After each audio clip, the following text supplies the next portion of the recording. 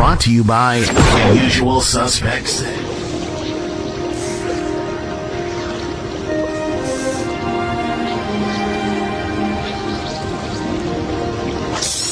It's the Find a Boxer game, and we looking for the big fish. Purchase your box for a chance of winning $240. Here's how.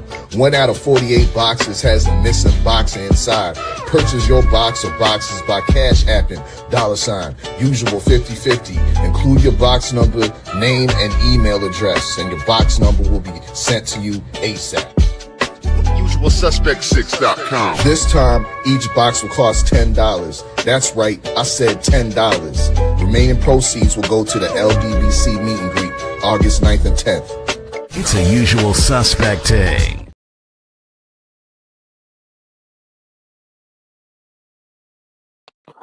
Oh, yeah, we live, man. We live on a Monday with it, man. US6 Mondays, man. Shouts out to the entire box community. What up with it? Fight World. It's your boy, Hard Hitter Sports and Entertainment. Let's go. Brought to you by Usual Suspects. Say a couple of 100 yards down the road, I gave myself 50-50.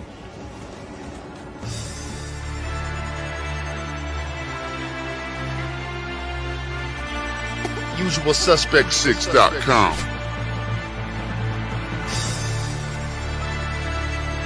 I'm tired of this, man. I'm sick of worrying about brick cars. I'm sick of worrying about the government. I can't eat. It's a Usual Suspect thing. Here we go. Money talk. Here comes the money. When we first hooked up, he wrote on a slip of paper, I need money. I said, shit, me too. And we started making it together after that.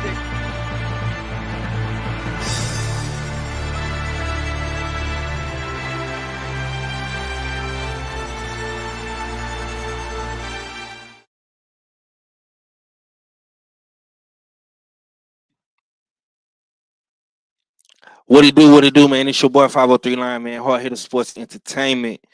Y'all tuned in to US6 Mondays. Brought to you by Shop Usual Suspect6.com. Usualsuspect6.com. Y'all be sure to go tap in because, of course, you fit the description. We got everything you need. Merch it, whatever you want, man. Hats, t-shirts, shorts, pants, socks. We got the whole shebang bang, man. Y'all be sure to go get y'all tickets, man. Find a boxer.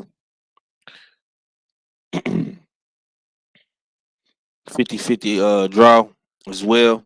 US6 fight pool. Season 1 is coming to an end. We will be looking to double up on season 2 of the US6 fight pool, man. To live is to risk it all. Otherwise, you're just an inert chunk of randomly assembled molecules drifting wherever the universe blows you. Come on, everyone. Keep healthy, keep healthy. Come on, everyone.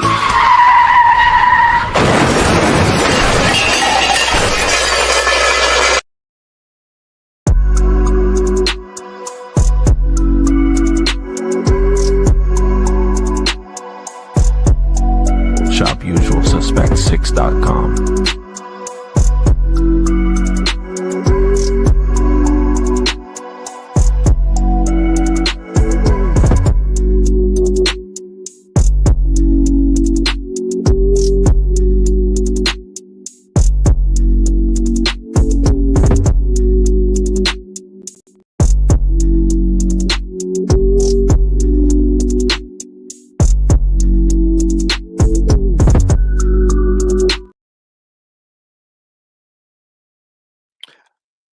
Hey, what it do, man? What it do, man?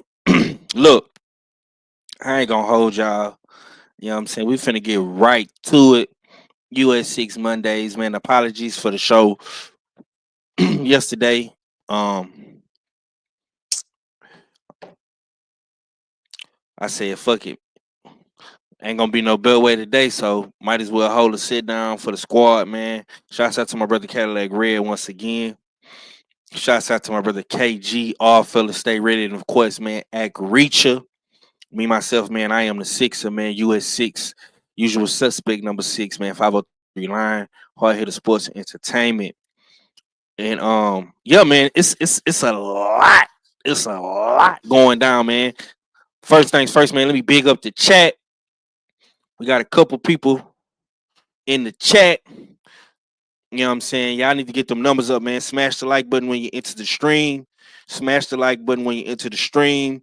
Be sure to share this on all of your platforms, man. You know what I'm saying? And once again, man, I am 503 Line, man. Your host with the most. What's going down with it, chat, man? I hope everybody is feeling good on this good Monday, man. I'm feeling hella good on this good Monday, man.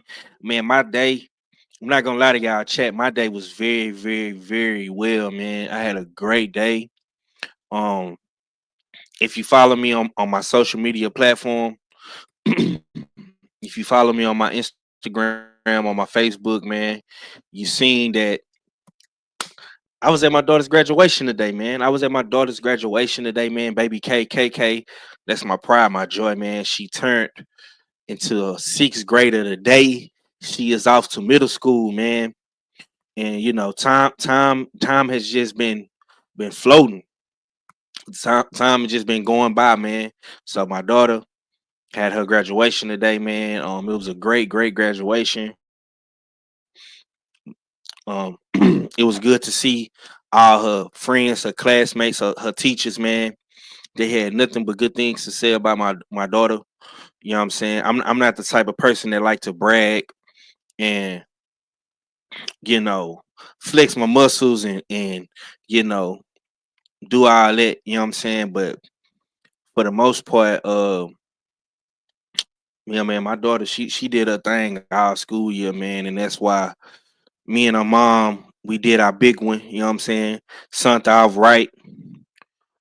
You know, outfit. You know, fresh kicks, hair did, nails did, everything did. You know what I'm saying? Yeah, man. You know, that's my baby. You know, I'm gonna say this about girls. For all my girl dads who got daughters, man, when you have a daughter, your daughter would definitely it would definitely change your perspective on life.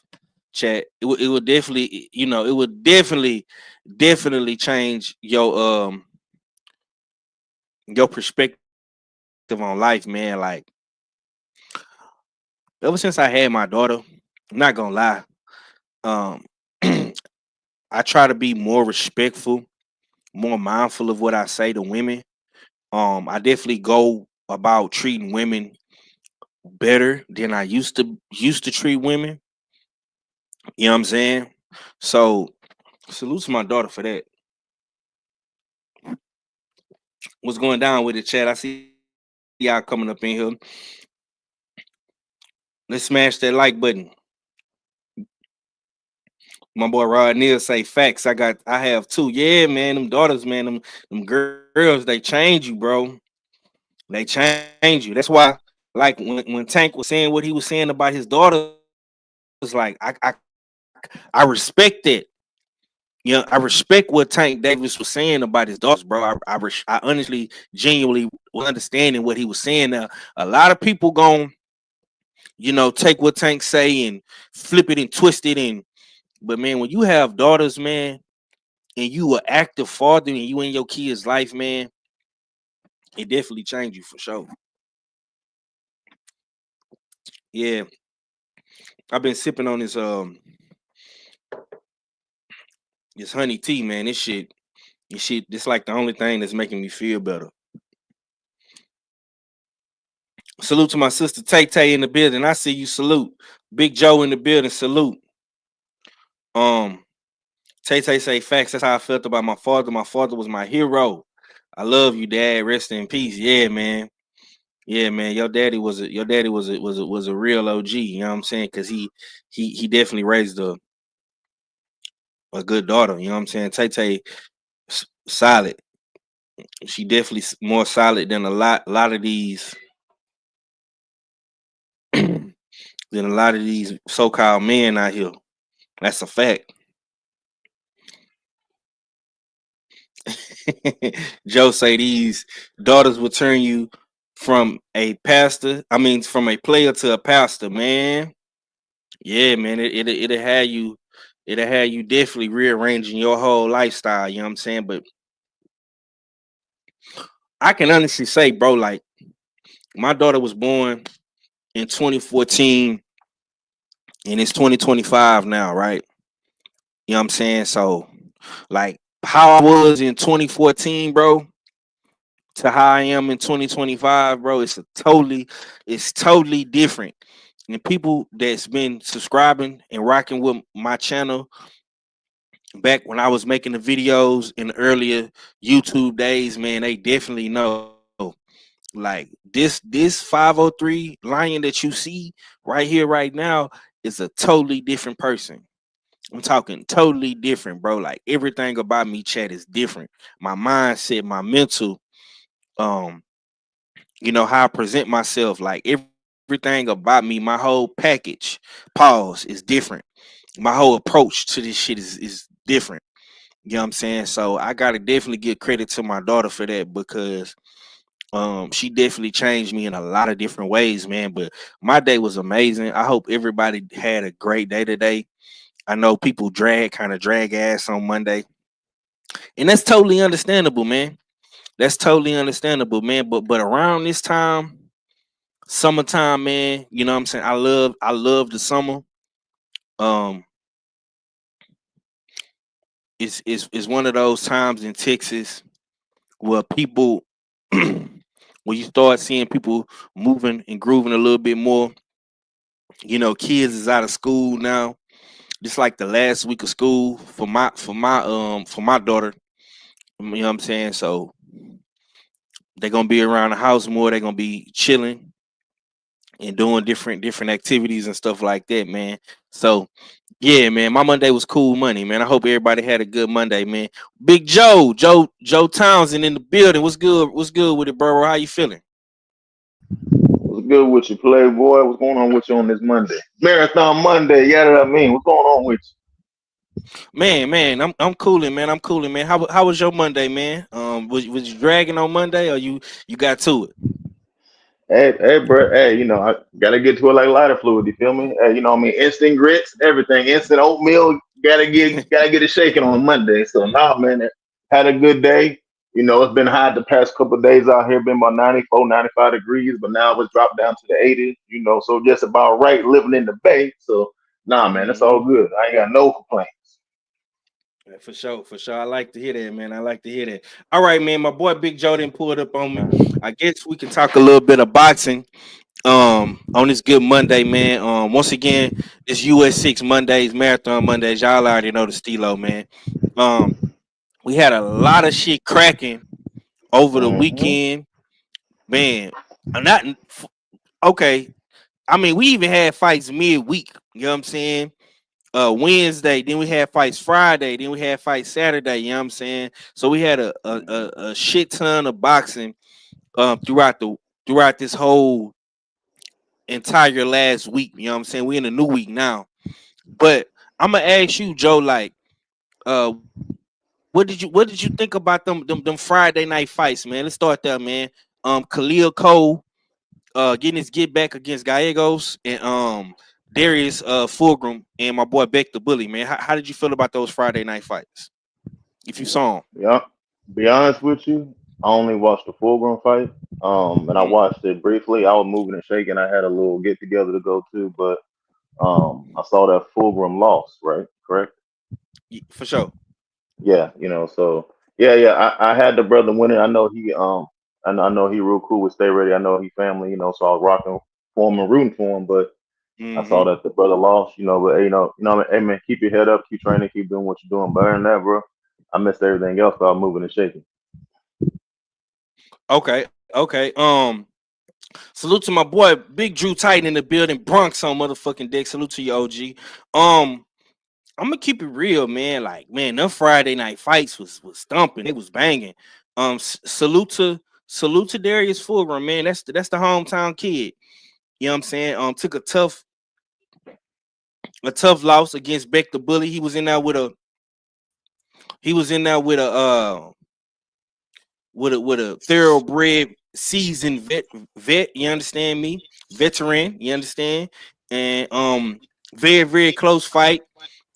Went to the scorecards, man. I think my boy made a crucial mistake in the 12th round. He ended up getting dropped. And I think that was the final nail in the coffin that kind of laid my man to rest. And he got his first loss. But in that loss, you know what I'm saying? It's a lesson. You know what I'm saying? You take that L as a lesson, you bounce back, and you come back 10 times harder.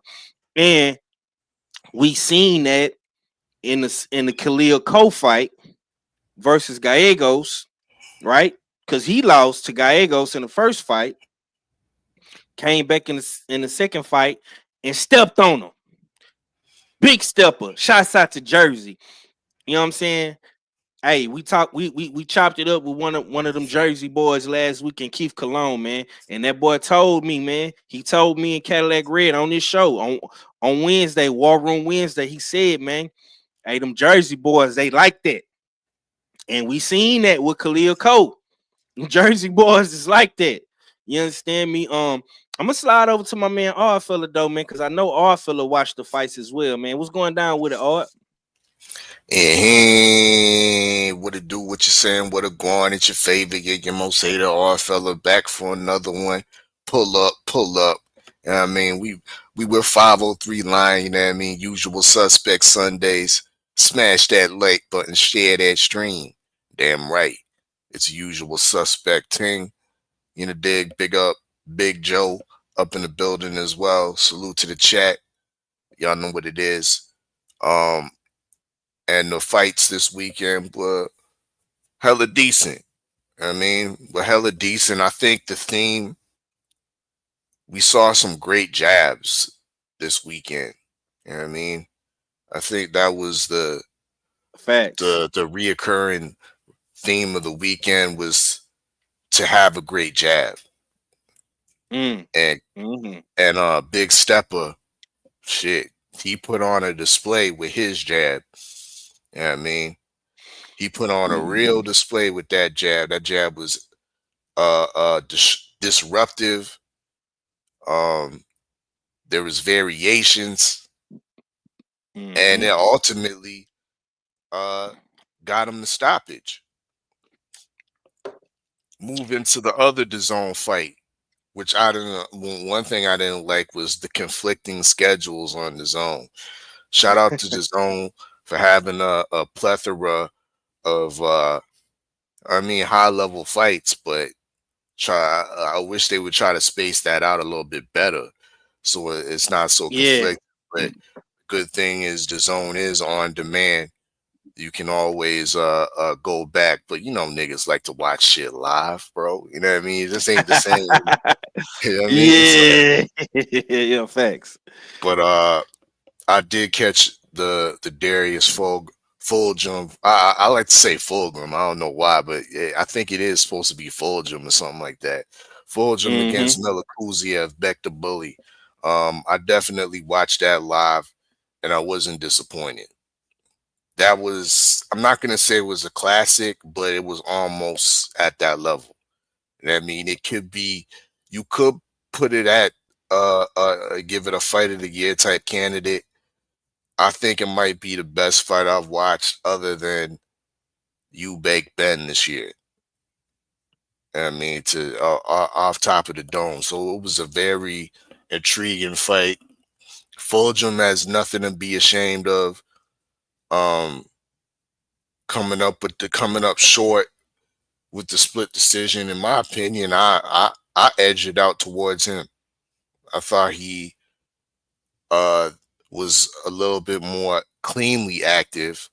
I mean, because he doesn't really throw away too much punches. I mean, when he throws, more times than none, he's landing.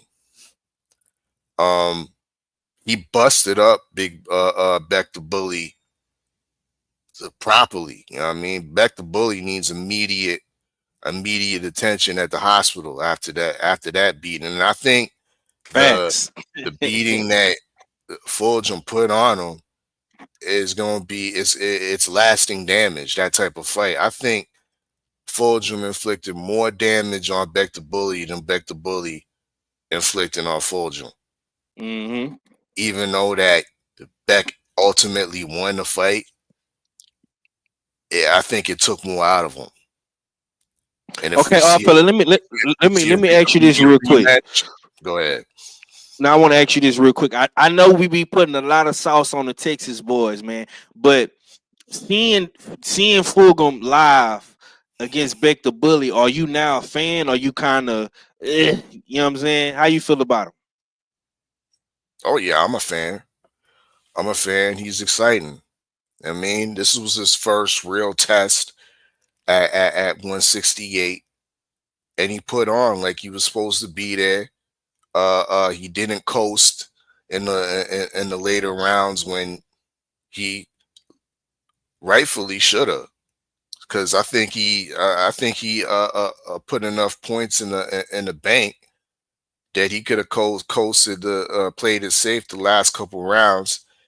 But yeah, he made it definitely an entertaining fight, and he was in there with a tricky customer that we was expecting him to be a bully, but he was more of an agitator that night.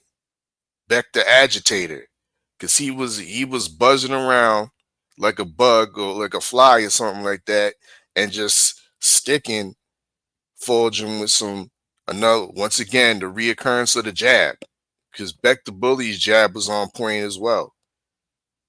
He was disrupting, making Fulgham reset, jab him, switch up angles. Beck the Bully over here now. What?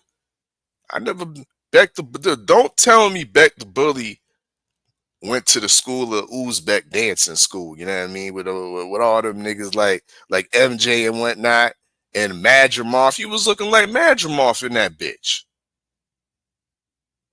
So no shade to Fulgham and his performance. That was for both of them. I think it more so for Fulgham. I think even in a loss, it improves his stock. It improves his stock. He shapes up. He fits nicely in the deep landscape at 168. He doesn't look like he's out of place with all those killers up there. He looks like he's a high IQ boxer.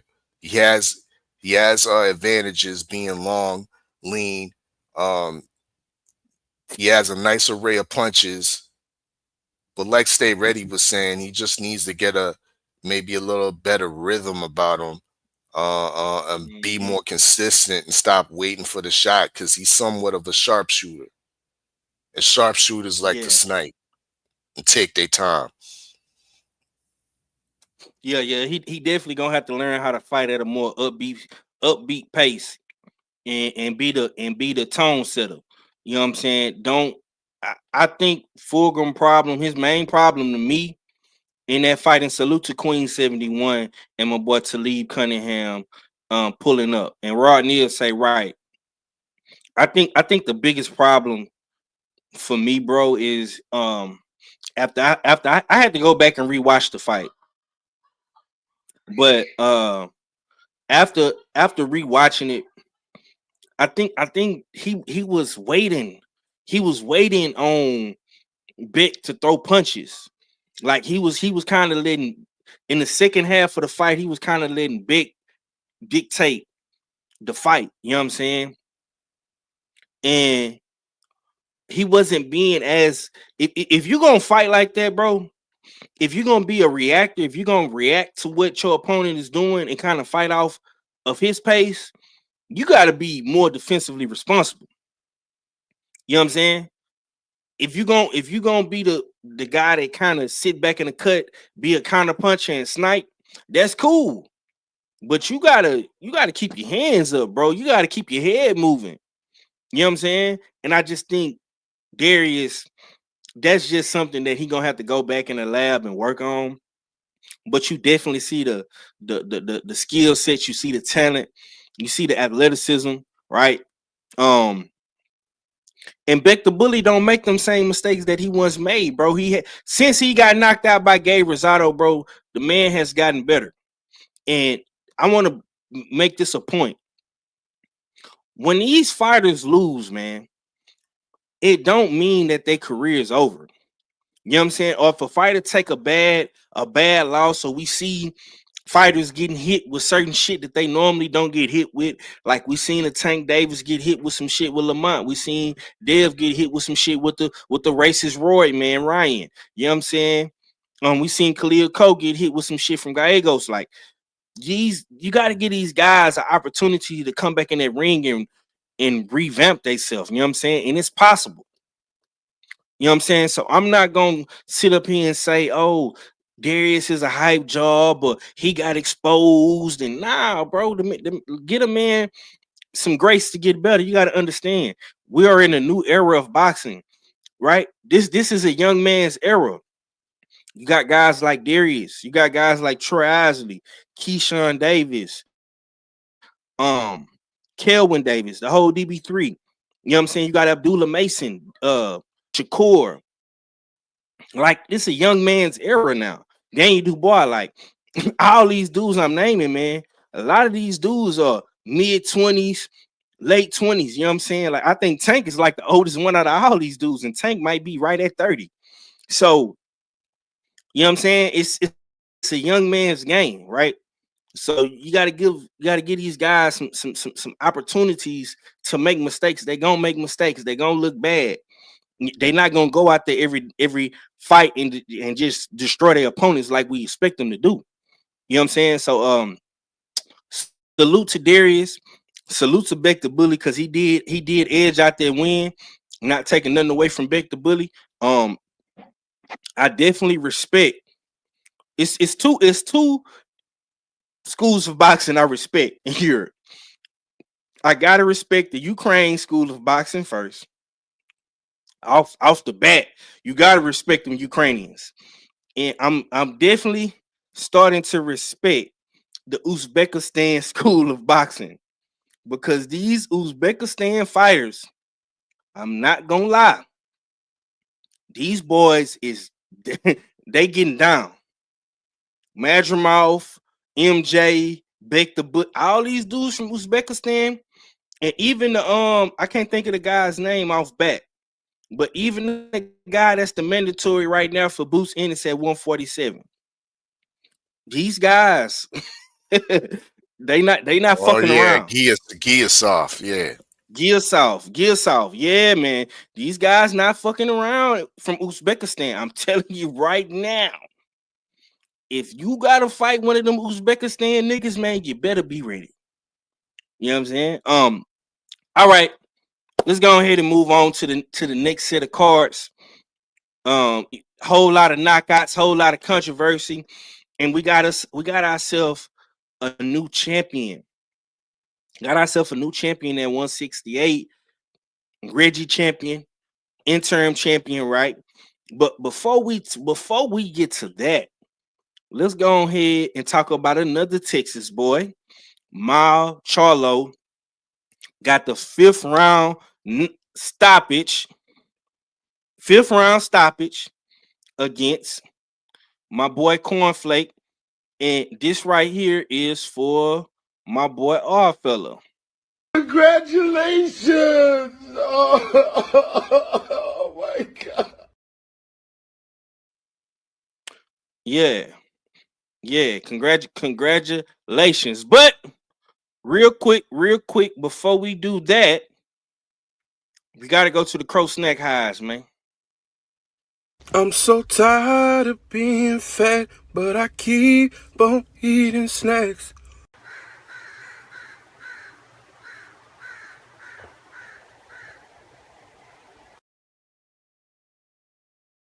We definitely got to eat crow for the homie Darius Fulgram, and I eat that crow. I ain't tripping. You know what I'm saying? Respectfully, I eat that. Pause. You know what I'm saying? But I'm gonna slide back down to the Yay area. You know what I'm saying? As people in the Bay like to say, you know what I'm saying? It's a famous song out there by the homie E40. Salute to the OG, the king of the Bay. We back in business, boys. It's Lions only. Charlo, Mild Charlo, Big Joe, is we back in business, boys? Let me know something, yada. Well, you know, hey, I don't know if we back in business, but the open sign is on. You dig what I'm saying? The open sign is on, you know, so we just got to get some customers to slide through, get a couple, you know, we need some more Yelp reviews. Yeah, I mean, you know, may need to do a little more social media, some social media advertising, and we might be in business. But yeah, no, he did what he's supposed to do. You know what I mean? Again, he fought a guy named Cornflake. You know what I mean? This ain't even the Frosted Flakes. You know, you're great. You know, these just regular cornflakes. These are the ones you get at the, you know, that come in the clear bag at the bottom. The ones you can't get. You know, those, you know what I mean? You get the EBT cornflakes, you know what I mean? You know, the clear joints, you know, they ain't cornflakes, they corn smacks, or they like corn leaves, you know what I mean? So hey, bro, but the great value cornflakes. yeah. You know what I mean? I know you get them at HEB. I know down there in Texas, y'all got HEB. You know what I mean? So, but no, hey, to be honest, no, he did what he's supposed to do. When you got somebody in there like a cornflake, you know, you go in there, you see what's going on. I know he's not with Ronnie Shields no more. He has a new trainer, so I can see him in there thinking, trying new stuff. Cornflake is a guy, you know, after you been through some stuff, you come back to see where you at. You know, so and Cornflake was definitely easy work, but this is a guy you come back and say, oh man, how am I feeling? How's my rhythm? You know, how's my steps feeling? Do I feel slow? You know, get the jitters and get everything out your system, you know, because Charlo is definitely a phenomenal fighter. You know what I mean? He's definitely, you know what I mean, can easily be on a pound for pound list when he's on this stuff.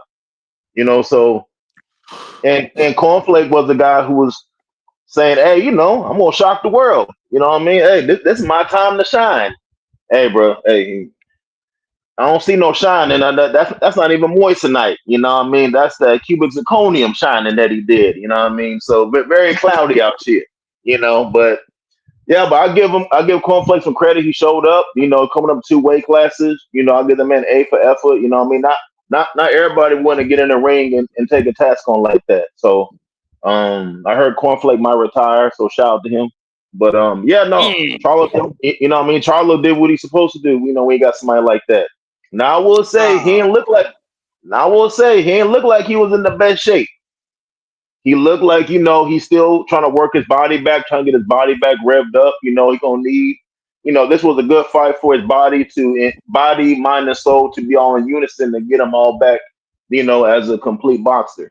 So, you know, hey, but he was stalking him down, playing, like they say, playing with his food. You know what I mean? So getting the fork, pushing stuff over here, pushing stuff over there. Nah, I'll do this now. Nah, I'll do this later. He was literally playing with him. You know, and then when Cornflake was turning up, he turned up even more. Let him know, hey man, there's levels to this. You know what I mean? You just in here. I'm supposed to be in here. You know what I mean? So shout out to Charlo. You know, again, he looked good, but again, you supposed to look like a phenom when you're going against the JV. You dig what I'm saying? So shout out to Charlo. Hopefully he stays mentally clear. Hopefully he can use this to propel himself, to keep his confidence going, to keep him from dipping back into sobriety, you know, and all that kind of stuff. So, you know, all aside from all the antics and things that he said about my boy Devin and whatnot, because I know behind the scenes Bill was looking out for him, but you know, besides all that, I wish him well, you know, and he still want that plant smoke, you know what I mean? So he's still calling him out. He want that lick back, you know. So the man slapped him, the slap around the world. You dig what I'm saying? So he want to get his get back. But shout out to Charlo. You know what I mean? He bodied that boy, body shots. That jab is still deadly. Bah! That jab is nasty. One of the nastiest jabs in boxing. You know, so got Cornflake buckling, got a nose bleeding, eyes hurting. Every time he got back up, he looked at his corner like, okay, what we doing? You know? So every time he got knocked down, he got up, looked at his corner. Hey, yo, what we doing? Are we stopping this? Am I still going? Okay. I seen it. He looked like he didn't want to. Hey, you know, as a fighter, he gonna keep on going. He didn't want no more. He didn't want no more parts of that, man. He was trying to signal like, hey, nigga. Hey, SOS. You dig what I'm saying? So, but, hey, shout out to Charlo. Hey, Joe, crazy. Hey, look, man. Let me piggyback off Joe real quick, and I'm gonna slide to the man of the hour that got double points. You know what I'm saying? Look, man. Charlo, Charlo got to get. He got to get. He has to get back in the rhythm of being in the spotlight. Shit is a little bit more advanced now. You know what I'm saying? Any little thing that you say or do, you know what I'm saying, is being posted to the internet immediately. You know what I'm saying? It's getting pushed into the algorithm immediately. And everybody is gonna react and get a spiel on it. You know what I'm saying? Me myself personally, I don't like what Charlo said. I'm gonna just go ahead and say it. Y'all know I rep for Texas. Charlo H-Time, Southwest, A-Leaf, you know what I'm saying? Them the guys on the West. I got homies over there on the West. Salute to my brother A-Leaf Ali, my brother Mo City. I got real, yeah, on that side. You feel me? I could pull up over there. So I don't like what Charlo said, bro. I feel like a lot of times some shit just don't need to be said.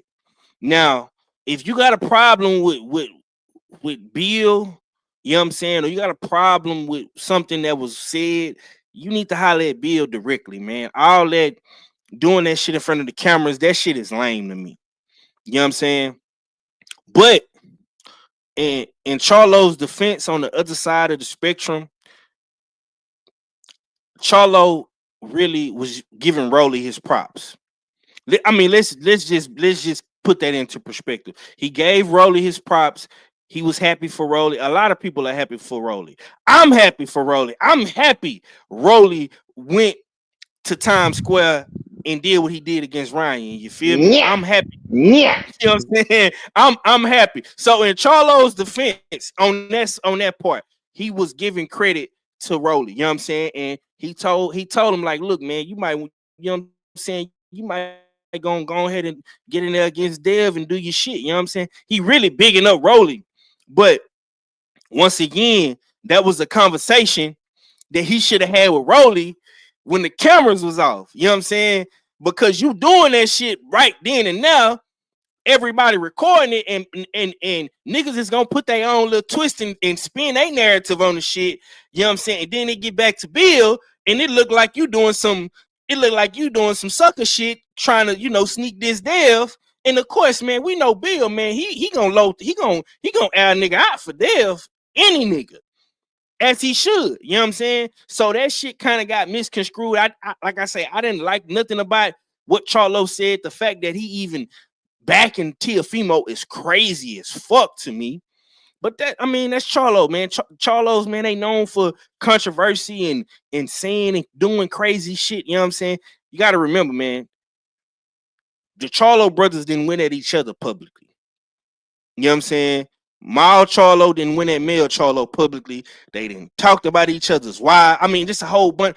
That's just how they get down. You know what I'm saying? Them boys don't have no filter. You know what I'm saying? Whatever they say, they gonna let that shit fly. You know what I'm saying? And that's just, I'm gonna keep it real, bro. Charlo is a real Southern H-Town nigga. Like, he just, sometimes he too real for the cameras. He too real for TV. Cause you really never know what he's gonna say, bro. And if he's feeling that shit and it's in his mind, bro, he's gonna say it. That's just how Mal is like that. Mal is a little bit more laid back with it. But Mel, that's just how they is, bro. You know what I'm saying? But I think Mal looked good, man. He looked good in there with Coach Holland. They did they fucking thing. I'm not gonna lie. So salute to my homie Trill Will. Salute to my boy Mahari. Salute to my boy Felix, man. What's good with the chat? Y'all get in the chat, man. Y'all let me know how y'all feeling about these fights, man. Smash the like button. US6 Mondays. I got my boy Big Joe, all fella, you know what I'm saying, in the building with me, holding it down on this good Monday. Salute to my brother Cadillac Red as well. Safe travels to my man Red. We should be back on the Beltway real soon. Salute to KG, my brother Ack, and of course Stay. But Charlo looked real good. I was hella nervous because I had already heard that he wasn't training with Ronnie for this fight, but I did see my man Coach Nick over there. So, you know, Ronnie got one of his guys over there, so that's cool. I don't know what the beef is between Charlo and Coach Ronnie. I don't know. You know what I'm saying? I'm not gonna speculate. You know what I'm saying? I would have to ask, you know, what's really going on for real. But Charlo got a good coach in Coach Highland. You know what I'm saying? He had Juan Guzman in his corner. He had Coach Nick in his corner. So he had some good guys in his corner. You know what I'm saying? And it showed. Like Big Joe said, he definitely gonna have to work on his physique. You know what I'm saying? He still is a little I ain't gonna say fat. He just a little bit soft. Yeah. Soft. He just he a little flabby, and you know what I'm saying, around the stomach. You know, you could definitely tell the nigga been eating. The word is fleshy, my brothers. Fleshy. Yeah, that's what you was looking for. Yeah, fleshy. You know what I'm saying? Whatever you want to. He definitely is coming off the dad bod. You know what I'm saying? He definitely was trying to tone up the dad bod. You feel me? He got some more toning and some more work to do. You definitely could tell my man was eating real good. You know what I'm saying? Probably coming off a binge or whatever the case may be, eating bad, living bad. You know what I'm saying? But he got back in the gym. He locked in, and he went out there and did what he's supposed to do. Now, I'm not gonna put too much sauce on this cornflake win, because like Joe Townsend said once again, this is cornflake. This ain't Frosty Flake, and this ain't Snowflake. You know what I'm saying? It is what it is. You know what I'm saying? He did what he needed to do. He took care of business, and the other man didn't hold his end of the bargaining. And if y'all listen to us Friday, on Flex Friday, Joe said he don't like when you put two niggas on the same card. You put two niggas on the same card that's supposed to be fighting each other. My nigga just said this shit Friday. You know what I'm saying? And he proved to be right. But we seen this shit earlier, right? We seen this shit earlier in the month with Dev and Ryan. You put both them niggas on the card against a different opponents, and one nigga win and the other nigga lose. So now it's ironic that the nigga that Charlo is beefing with, or supposedly got beef with the squad, them niggas is in the same boat now. Fella, talk to me, man. What you got on this Charlo shit, man? Once again, congratulations to you, my brother. You got double points on the Charlo win, man. But break this whole thing down, man. Everything, the fight, everything that you done seen Charlo say, what he was doing, you know what I'm saying, the press conference. I mean, just everything. What you got on Charlo, man? Give me your whole spill on that. A lot to unpack. The first thing I'm gonna pull out the case is I'm surprised how many players in the US6 fight pool picked Charlo to win by UD. Picked Charlo to win by UD. I don't care how long Charlo's been off. The infrequencies, the inactivity with his fight schedule. When there's a cornflake on the table, the cornflake's gonna get eat. Straight, simple, and plain. When there's a cornflake on the table, the cornflake is gonna get ate. I said, yo, he's gonna do 6 rounds of work with this guy. He could have did 4 rounds of work. But Fleshy Charlo said, you know what? I need to put some more rounds in. I mean, I need to continue to style and hone that jab, because that, once again, the jab, the reoccurring theme of the weekend, that his jab might have been the best out of all that we saw. But look who was on the table. Cornflake. I can't give no credit for that, bro. especially when there was the opportunity to fight Caleb Plant earlier. What, you needed more time? You need another tune-up after Jose Benavidez? Really? Really? Y'all could have done this now. And now you trying to double back and say, yo, Caleb you can still get that smoke. Oh, now you sticking your chest out when you see the boy take an L. When you see the boy looked a little bit aged, maybe past his prime. You see his gas tank don't match up to where it should be. You know what I mean? For a so-called elite fighter. Now all of a sudden, yeah, he can still get that smoke. You ain't had nothing to say about Resendiz though, because Resendiz he done retired. He done retired our boy Jared Hurd. Then came on through, you know what I mean, and made plant-based some food. Huh? Yeah, you talking crazy, bro. Nah, that's for real. You know, plant-based like food right now. He's back to the old name I gave him. I mean, 2 years ago. Plant-based food. That's what he is, my nigga. Great. Yeah, he's another variation of Tony Harrison. A great fighter for the first 6 rounds. A great fighter for the first 6 rounds. And it all falls apart. Huh? It all falls apart. Hey, are you saying that Caleb Plant's a gatekeeper now? That what you say? Nah, I ain't hold on. Whoa. You doing a little bit too much. Oh, okay, my bad. My bad. That's why I said, bro, you talking crazy right now, bro.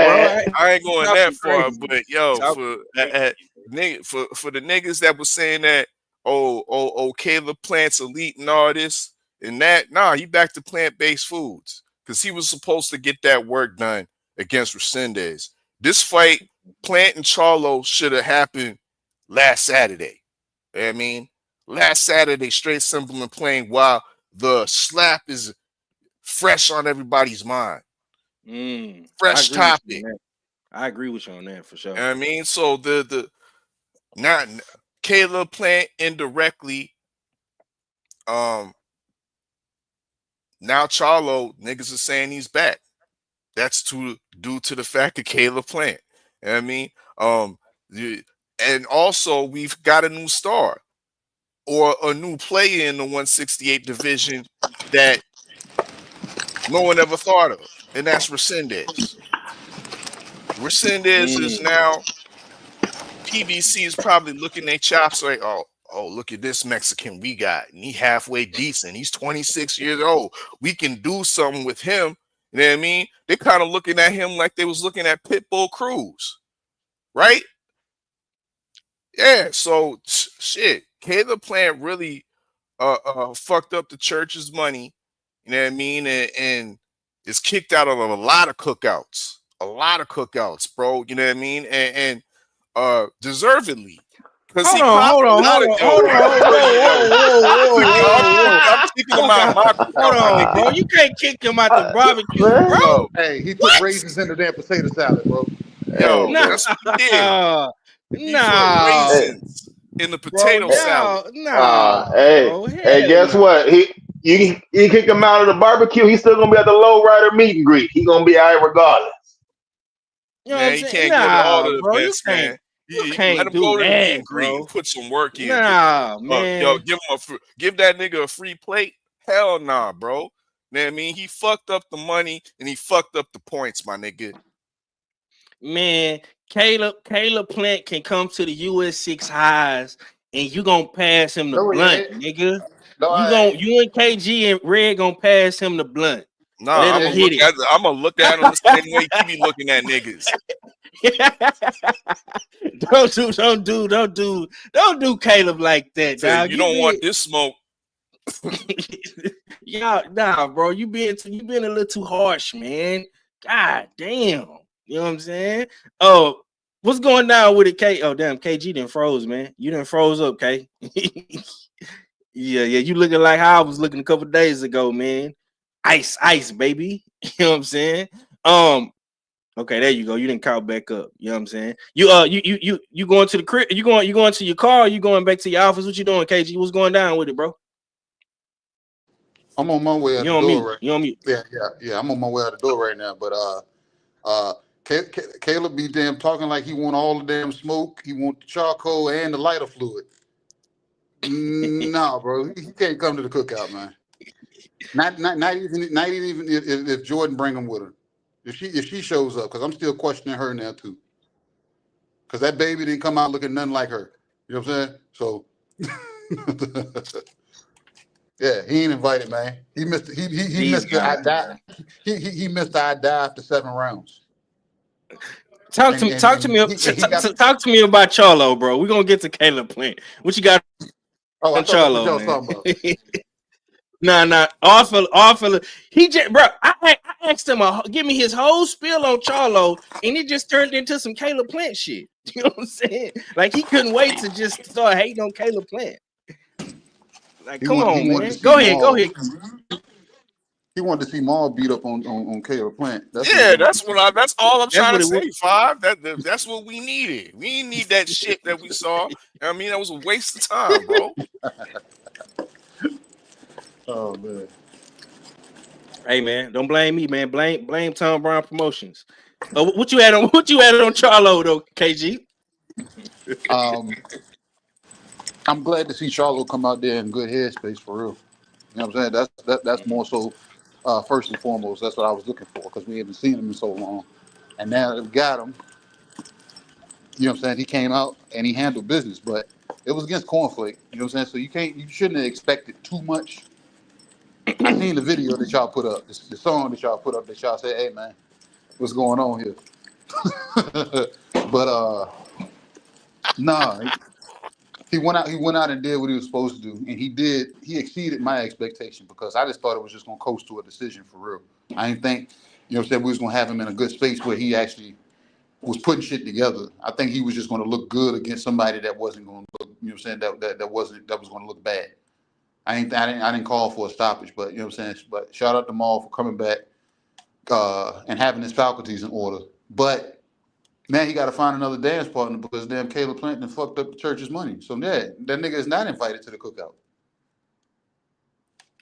How you gonna come to the cookout when you got to go to church? Look, family reunion is the family reunion, and then we got the damn the rest of it on Sunday. But you got to go to church first. He can't even go to church. So, like I said, he messed up the church's money, man. So he ain't invited to the cookout 5. If he rolled with you, you get in your car and head back to Houston. Take him with you. Get his ass out of Memphis. He's too comfortable slapping people that he think damn that's his pass to buy his way in. I'm slapping niggas. Yeah, you slapping niggas, but you ain't damn got nothing behind it when you get in the ring. After 7 rounds, you got a problem with them with busybody Mexicans. That's your kryptonite. Every busybody Mexican whoop your ass. You know what I'm saying? So no, Charlo needs to damn start seeking titleship at 68. Go ahead and plot your course and see where it ends. And see if you do it right. See if Canelo says, "You know what? I want to fight the other brother now." So, like I said, Caleb Plant, in my opinion, the slap has been fucking expunged for real because they gassed everybody on this damn slap. And Resendiz went out there and shows you, bro, this nigga, don't worry about damn getting slapped by this nigga. He can't do nothing after he do that. He just gonna get off on you that one time. And after that, he gonna be on skates after that. So Big Joe know damn well he ain't even inviting that nigga out to no Cali, to no fucking damn low rider daggone function or no cookout or no. See, in the West Coast, they don't call it cookouts, they call it barbecues. You know what I'm saying? He ain't inviting that nigga to no barbecue and damn and on the West Coast. Hey, KG, all I know was when Plant fought Canelo, they had Mexicans for Plant shirt. They were in the low riders and everything. I'm just telling you what I seen. I'm just hey. What they saying? Mexicans for Viva Plant. Man, Viva my goddamn motherfucking damn money back in my damn pocket, goddamn it. You know what I'm saying? I want my money back. That nigga pulling up in lowriders with 87 gas in the tank. So no, I ain't fucking with it. I ain't fucking with it, damn Joe. You can have it. Keep that nigga with you. Keep him away from us. He want to be for the God, culture so bad. Got custom Jordans and custom this and nigga, you can't customize a fucking win in the ring. Damn. Man, he did knock out Darrell now. Hey, Nigga, you how know, long hey, ago was that? uh, You oh, only oh, oh, look, oh. Joe, you only as good as the last nigga you killed, man. Hey, it look good on the highlight tape though. I'm just saying. It But look I amazing. hear you. I hear It you. look I hear amazing on the you. man, highlight tape. man, we're not gonna turn this into the I hate Caleb Plant segment. I'm gonna ask you this, K. Who you want to I see like Caleb Charlo Plant fight though. next, man? If not, no, you don't. No, you don't. No, you I don't. do, man. I like sweet hands, man. Who you want? But Who you I want to like see sweet hands Charlo before the fight seventh next? round. Look, after the seventh round, I don't like sweet hands. I can't stand his Oh, ass.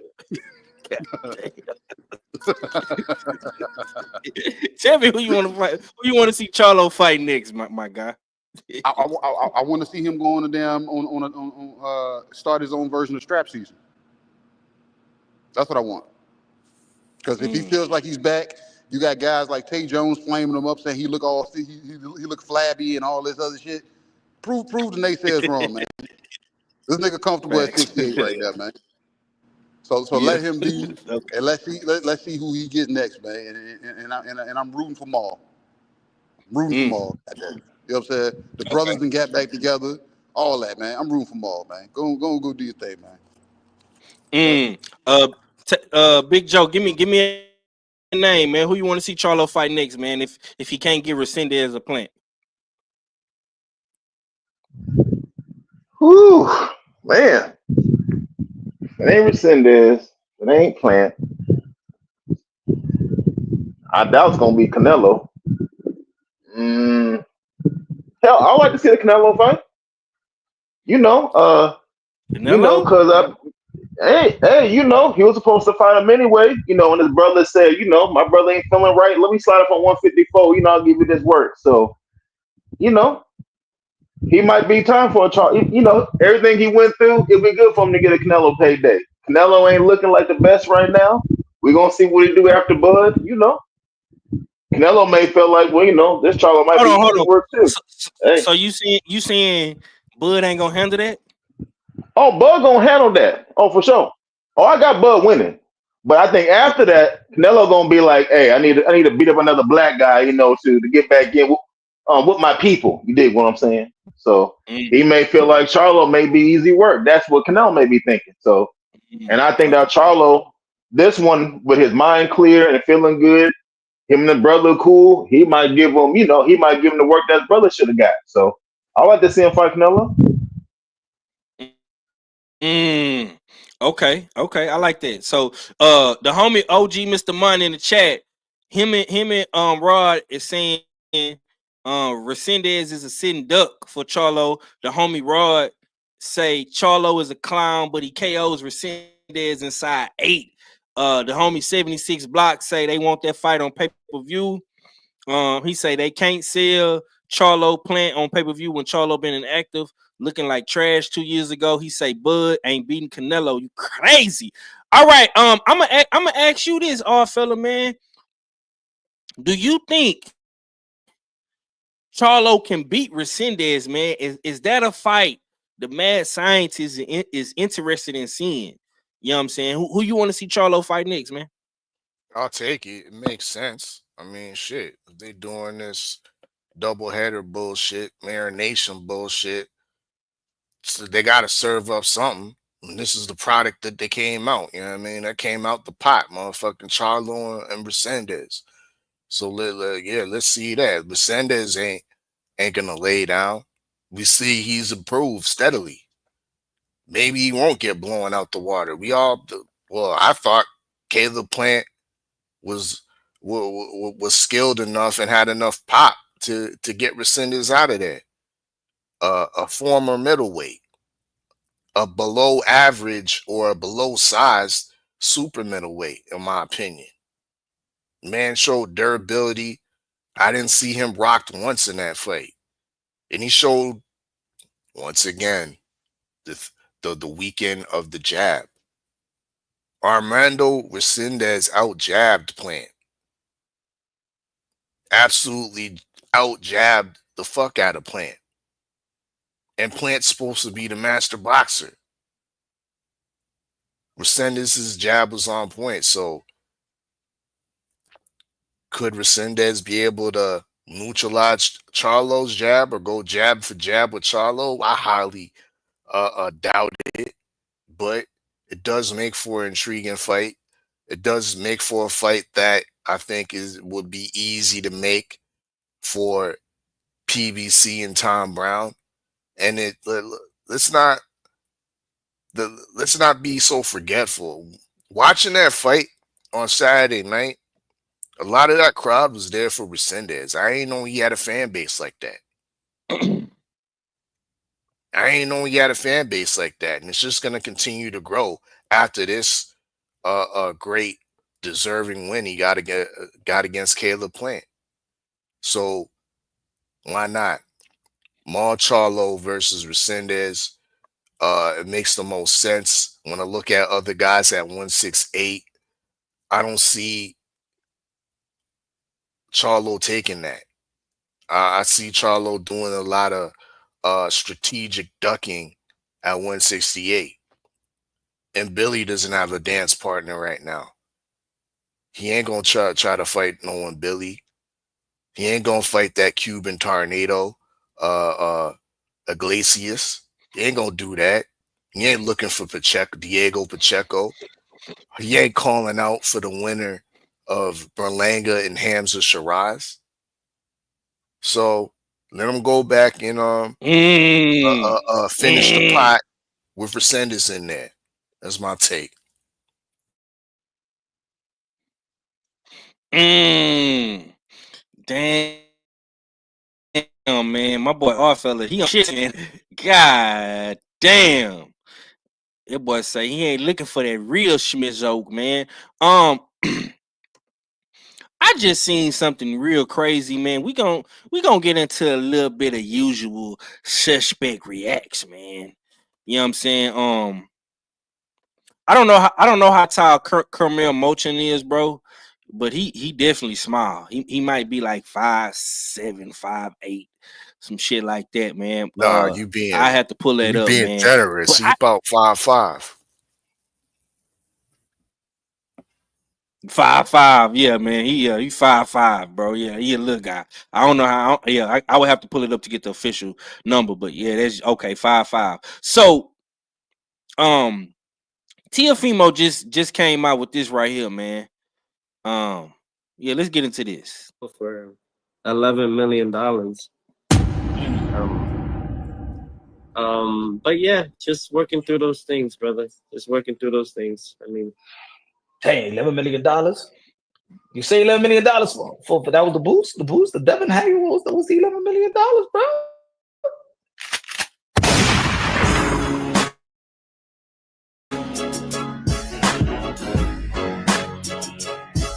We're gonna have to read.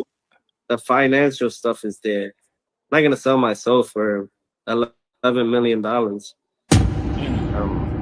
Wow. So the boy say he not gonna sell his soul for $11 million, his highest payday.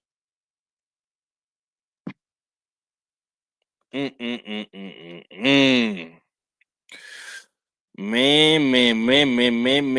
Your highest payday, bro. You don't want to fight Devin Haney to make your highest payday? Trash. Yeah. Big Joe. I mean, hey man, talk to me, man. $11 million, man. He said he not selling his soul for $11 million. This is breaking news. This is fresh off the press. You know what I'm saying? Punch Drunk Boxing. This clip has went viral in the boxing community. What's your thoughts, my brother?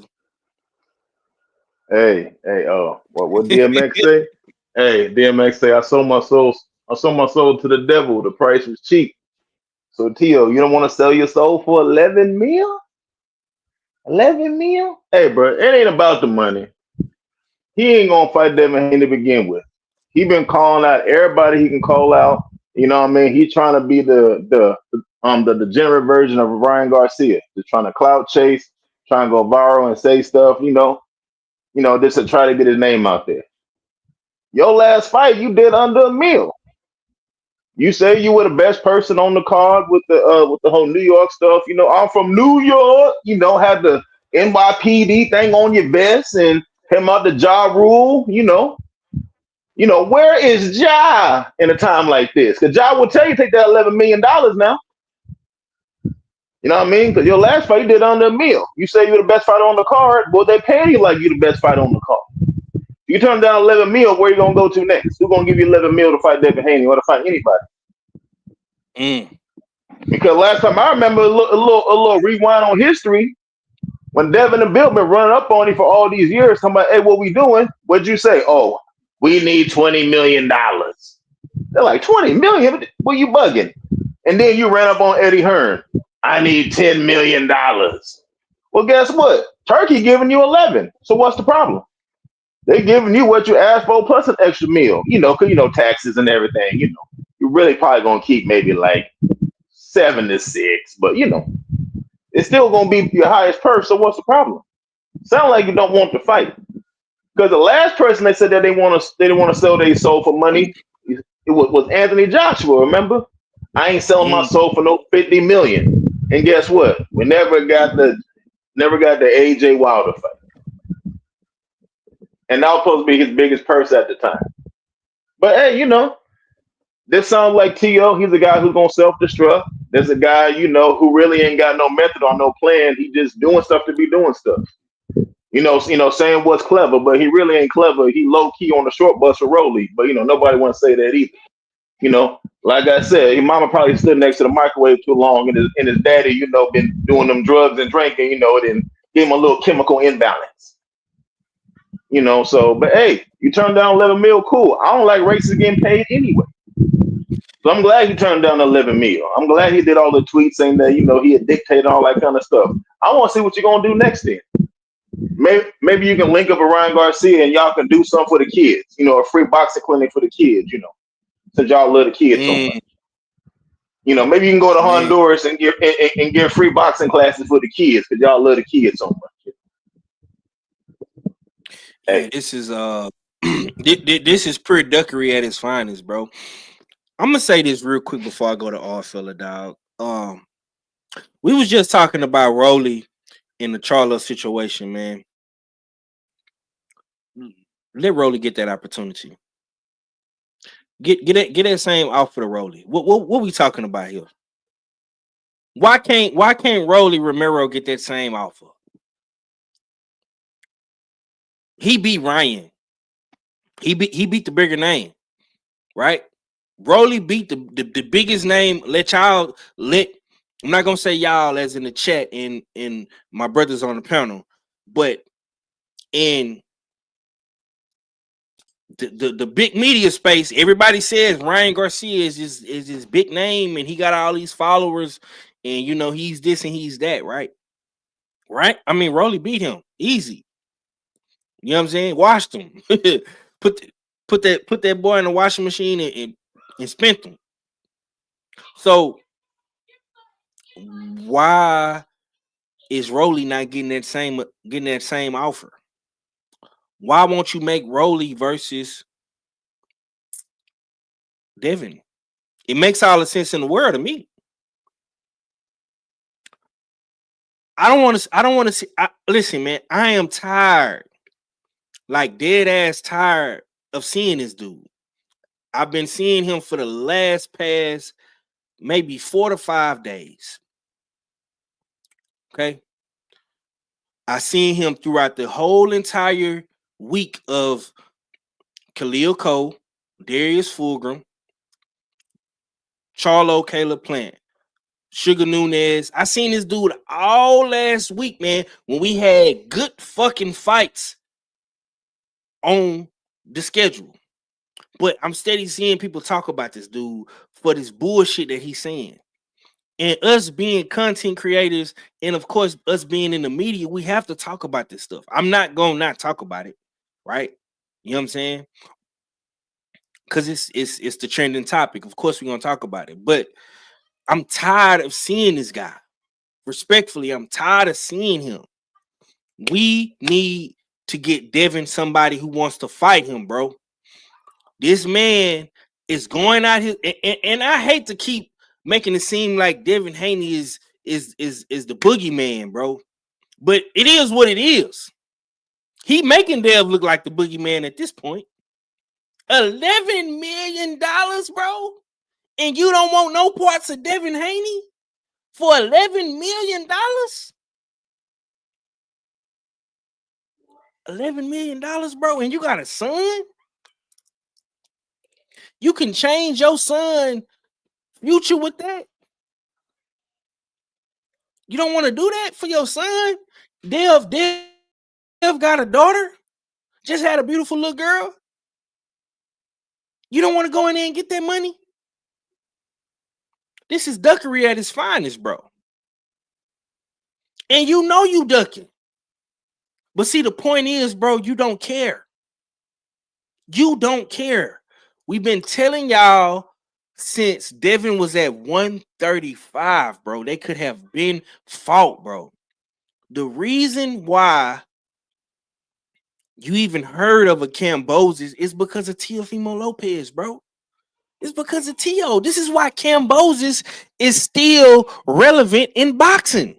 This is why Cambosis has went on a campaign racking up his bread because of a fucking Teofimo. We would not know who Cambosis is, bro, if it wasn't for Teofimo, bro. Devin had to go and get that belt, them belts back from Cambosis. Like, bro, what is like? The duckery is insane. And guess what? Ain't nobody gonna hold him accountable but us. Guys like me, guys like Joe, guys like Fella, and people in the chat.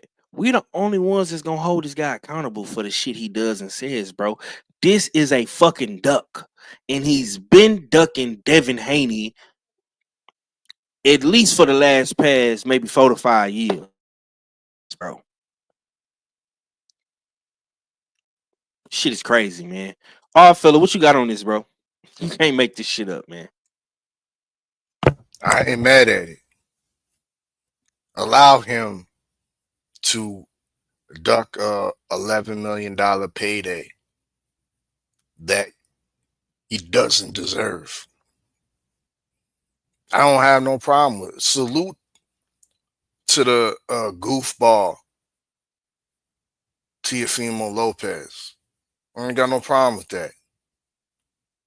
I mean, he's just a little confused, saying he don't want to sell his soul, but he already sold his soul to the God of mischief, because he been fucking around, making sacrifices for his career for a minute now. You know what I mean, I think he sold his soul to the God of mischief at least 2 years ago. These antics started cooking up and started escalating. I mean, no one knows how much he sold it for, but T.O.'s been sold. I mean, so fuck all that. I'm not selling my soul for no 11 million, because your soul's already sold, my nigga. But who we really need to talk about is Big Turk. I'm disappointed. I am disappointed that Big Turk offered this fool $10 million based off of what? Based off of what pay-per-view numbers? That's a good based question. off of what fanfare T.O. brings. I've never seen T.O. sell out a stadium. I mean, T.O. gets the hardcore fans blood boiling, content creators blood boiling, but that doesn't reach to the casual fans. No, it doesn't, my friends. He's just not that popular. He doesn't have that cachet. I mean, and it showed in the purse of his last fight, which once again was under $1 million.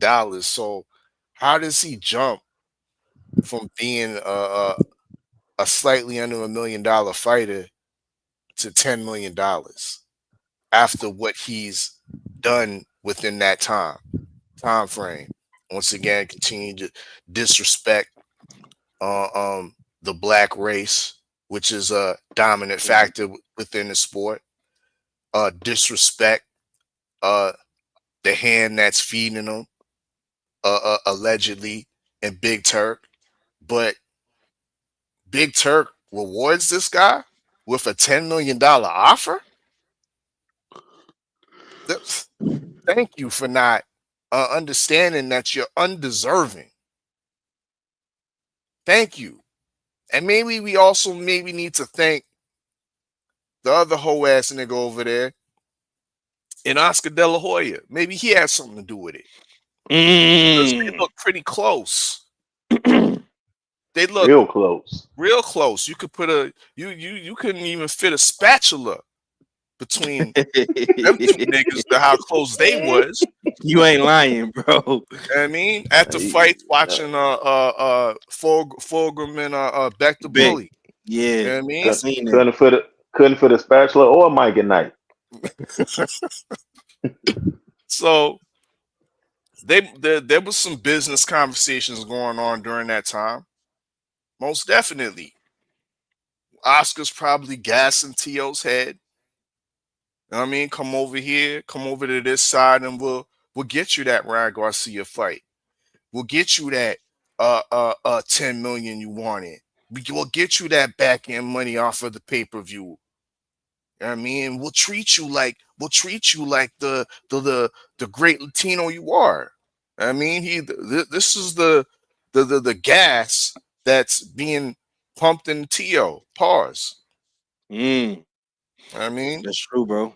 So now that we're hearing this man talk about, yeah, I'm not selling my soul for that. Yeah, I think Oscar might be up whispering sweet nothings into your female's ear. That's my take. You got something you want to say, Big Joe? Go ahead, man. No, I was just saying, telling Odd, I know what the $10 million came from. It's because he's a Ring magazine champion. Remember the whole build-up? Turkey, I'm your Ring magazine champion. That's why he getting the $10 million. So I just want to let you know where it came from.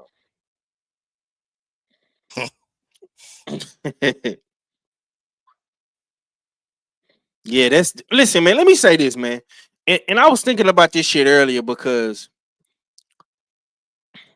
this shit don't get said enough, man. A lot of these boxers are whores. Whores. They're not hoes, they whores. And you're looking at one of them in Teofimo Lopez. You're a whore. And you looking to get put on a blade by any one of these pimps that'll pick you the fuck up and put you on that track. You a whore, bro. You conduct yourself like a whore. You was a whore when you tried to run off with Bob Arum and go to Triller. That shit didn't work. Then you whored yourself out to Eddie Hearn and got beat by Cambosis. Eddie Hearn pimped you out so good. He pimped you out so good, you little whore. That's what Eddie did. See what I'm saying? Then you double back. Went back to Bob. Tried to whore yourself back out to Bob. Bob wasn't showing you no love. Was showing you no love. You got whored out so bad when you came back to Top Rank, you started asking, do I still got it? Do I still got it? Then they was really trying to line you up. See, but you got lucky because Josh Taylor ain't the same Josh Taylor, but they was really hoping you lose to Josh Taylor. You know what I'm saying? But you had a good performance against Josh Taylor. I give you that. But they really was trying to line you up in that fight. You know what I'm saying? And you keep doing these little bullshit fights, giving Top Rank a hard time, like the little whore that you is. Because Top Rank made you. I don't give a fuck. I don't give a fuck what nobody says about Top Rank. Top Rank can build you up. Now, I'm not saying Top Rank is gonna give you the millions and trillions of dollars that you're gonna get from a PBC or you're gonna get from a Turk Al-Sheikh or whatever. And I'm not saying that. But if you need somewhere to go and get a good start in the game, Top Rank is a good place for you to go. And they did that for Teofimo. Now you fast forward, you get in this situation with Turk Al-Sheikh. You was being a whore for Turk. You came over there, you had your ring magazine hat on, you had your ring belt on. You know what I'm saying? You wouldn't stop talking. You talk the whole time. When truth be told, my nigga, the card was not about you. If we just keeping it a bean, you are whoring yourself out. That's what's keeping you relevant, bro. Cause it's not the fight. Niggas don't care about your fight. With Barbosa, respectfully, niggas don't care about that. Niggas was talking more about Devin Haney than they was talking about you. If we just talking boxing. Niggas was talking more about Rolly and Ryan if we just talking boxing. Niggas like, oh yeah, man, you know Teofimo, he look good. He did his thing. Woo, woo, woo. Man, with that nigga Devin Haney, man, Rolly, Ryan. Niggas been talking about that shit. So you having to be a little whore like you are and whore yourself out to the boxing industry, bro. You are a whore. You disloyal and you a whore, bro. You was disloyal to Bob Arum and Top Rank and the guys that built you and gave you your name. You was disloyal and a whore to Turk Al-Sheikh, who not only put you on the biggest fight card that you've ever been on, but he gave you one of your biggest paydays.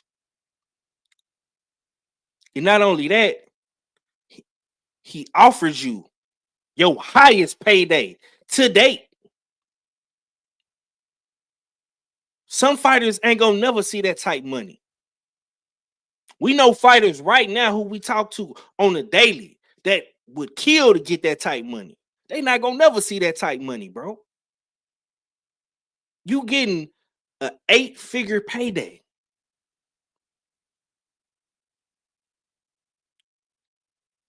And you got the nerve to say you're not gonna sell your soul like Big Turk is the Illuminati or something. Listen, man, you don't have enough fans to do that. That's reserved for dudes like Tank Davis. Tank Davis can say some shit like that because he has the fans. Tank can do shit like Tank can act, bro. You're trying to act like you Tank Davis or somebody, bro. You're not Tank.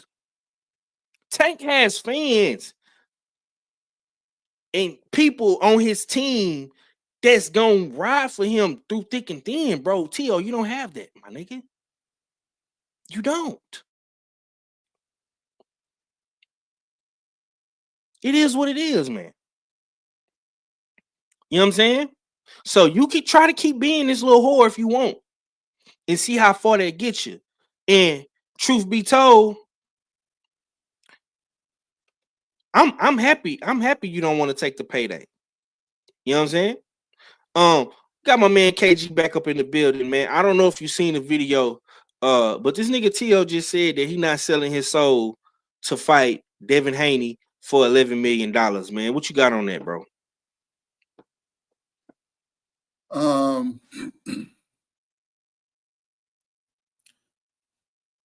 I'm not selling it for you said 11? Yeah. Say it was offered 11 mil. I'm waiting for them to call me and offer me 15. Not selling my soul for no funky ass $11 million. Are you serious? It's chump change. It's America, Jack. You know what I'm saying? Can't get jiggy with no 11 million. That's an odd ass number. I'll follow the only person that's gonna accept that. Y'all short 4 mil. I put on the best performance at the Times Square event. Dev looked like trash. Ryan lost. I'm your man. Still the Ring Magazine damn belt holder. I'm not selling my soul for no 11 million. Give me 15. I think about it. You know what I'm saying? So you think he being a negotiator? Yeah, because look, Canelo said in order for him to even talk to Turk, he needed what, 100 to 150 mil, right? That's not even for a fight. That was just for him to talk. Yeah. Tank came in and said he wanted 2 Ferraris to talk. He ain't get them Ferraris yet. You know what I'm saying? And Tank didn't specify. If he won't, you know what I'm saying, won't like the top-notch damn Ferraris, Big Joe will tell you, he got to go vintage. You can't just ask for Ferraris. You got to be specific with what Ferraris you're looking for. So T.O. sees the play, saw the play over there, and T.O. is that weird motherfucker that you see everybody do stuff, and then he be like, well, what about me? That's his favorite line in any R&B song. Shout out to Carl Thomas. But what about me? You know what I'm saying? That's how T.O. facts. is. And he has siblings, but he moves like he's an only child. So, like I said, it's weird. But that nigga said, I ain't selling my soul for no 11 million. Y'all gotta do better than that. Like y'all say, he already sold it. Okay. Y'all want me to visibly sell it. I need a real number. At 11, that shit sounds off. I was talking to Dan Fresno Kendo last night. He said he signed his name beside a damn check, beside on a contract that said $1 million on it. They only paid him $250,000. T.O. said, I'm not getting caught up in that shit. Kano said, T.O. said, I'm not getting caught up in that shit. You won't get me with that. Put me on a damn 30-year plan to buy a house. You know what I'm saying? He said, as soon as I got my money, I was gone. I was paid for cash. You know what I'm saying? Yeah, only house in the neighborhood paid for. Big Joe sold it to me. Damn. Okay. Yeah, that's definitely one way to look at it, man. Okay, let's cook on this Caleb Plant fight, man, before we get on this fight card for the week coming up. Caleb Plant, man. He did get upset. You know, it was a lot of,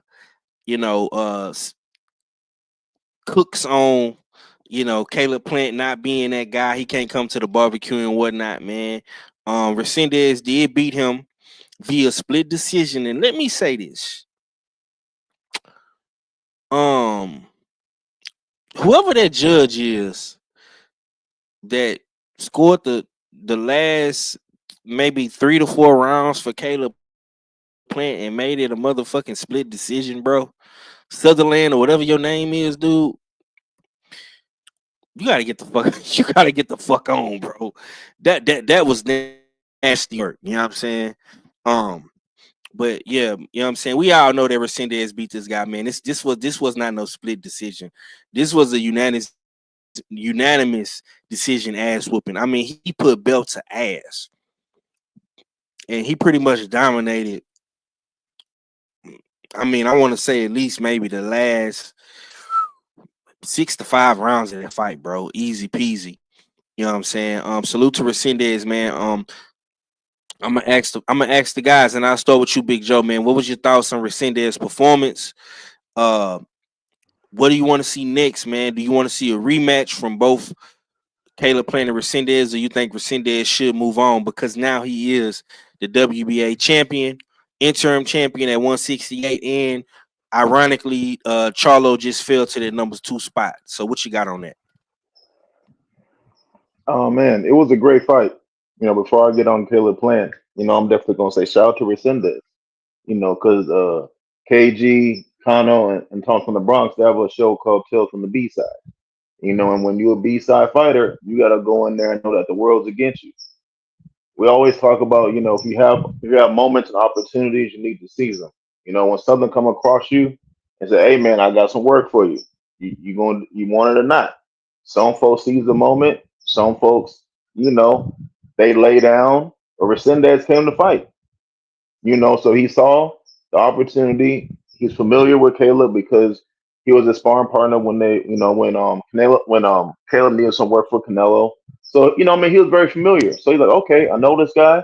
I know his weaknesses. I felt his power before. Yeah, I'll take the fight. Let's go.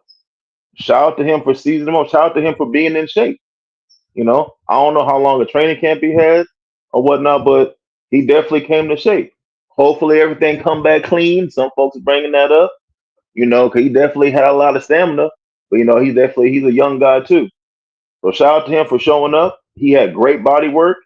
He had a nice little short, stiff, little body shot that hit Caleb, cut him off guard.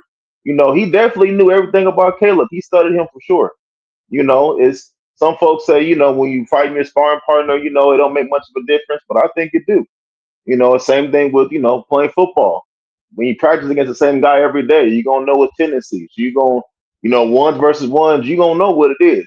With me playing D line, I know that guard, if he lift his left heel, he gonna pull over there. I know if he sit down, it's gonna be a pass. If I know his knuckles are white, it's gonna be a run. Some things you just know because you're with somebody for all the time. So he's familiar with Caleb Plant, and he was ready. So shout out to Resendiz for showing up. Now, going on to Caleb, like you said, he spent more time customizing the shoes than he was for the fight. Like I said on Friday, I don't like when they put them all on the same card because somebody gonna do something they ain't supposed to be doing. And Caleb was just not ready. Some say he looked in shape. Some say he might have peaked early. Whatever the hell it was, he just was not ready for Resendez. And like y'all said, that Mexican style definitely has Caleb's number. He went in there very confident, but he just could not keep up with the constant pressure. He could not keep up with him firing back at him. He just could not keep up with the move. And Caleb didn't move as much this fight too. When he fought Canelo, he moved around a lot. This fight, he's still very still, like he's ready to work.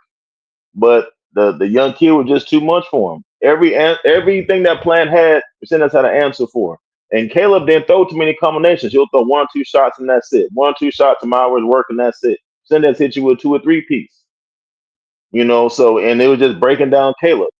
Some fighters, they game plan is, all right, I know I got a gas tank, so I'm gonna go ahead and take my time. I know later I'm gonna be good and strong.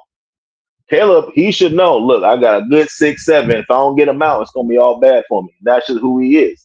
He looked good, he can flex, he got wings and whatnot, but when he get in that ring after 6-7 rounds, he starts to deteriorate. So there's no way he can fix that. He's way too old to be trying to change that now.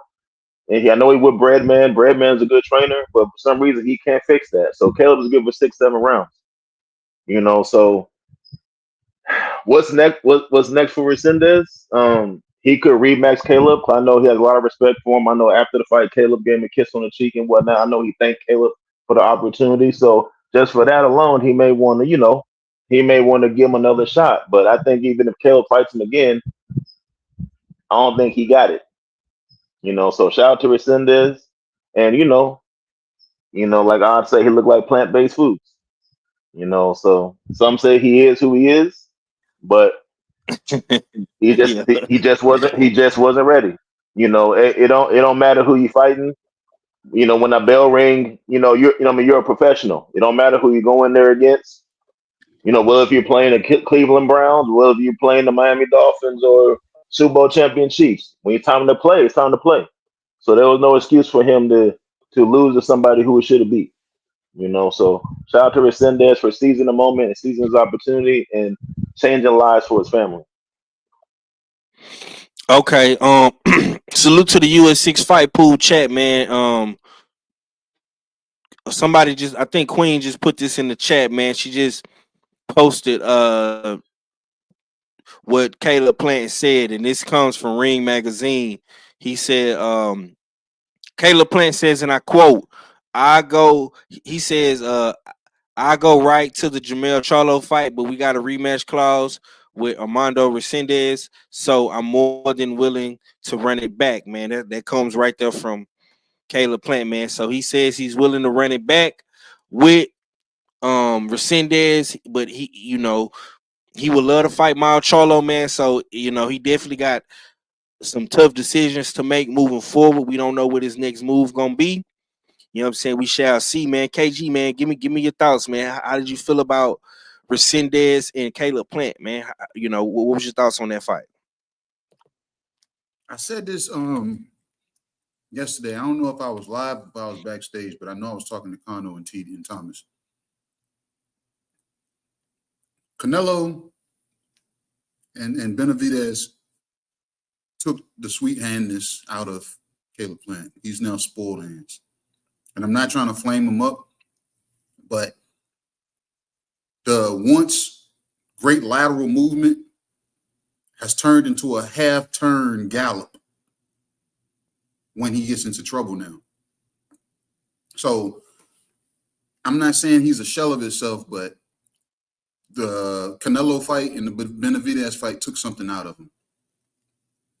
You know what I'm saying? He has that same vigor outside of the ring, but he gets in, and I think once an active fighter starts landing punches on him, I think, you know what I'm saying, he has PTSD, because we've seen him in the Canelo fight once he started getting, you know what I'm saying, landed on. Benavidez fight the same way with the whole barrage of punches and the constant damn pressure. Resendiz kind of showed like his rendition of that. And it was the body shots that was damn really sticking. And Caleb Plant having the gas tank that he has, it didn't play in his favor. And then him doing that little gallop to get away is not putting him in an offensive position. So for that one judge to give it to him, I think all judges, after like every 3 fights, they need to go through a battery of tests to prove that they still have competence. So when we see this and you see it, you be like, man, you can't tell me you going with the damn crew when the crew ain't even going with you. The other judges said, bro, we don't see what you see. You know what I'm saying?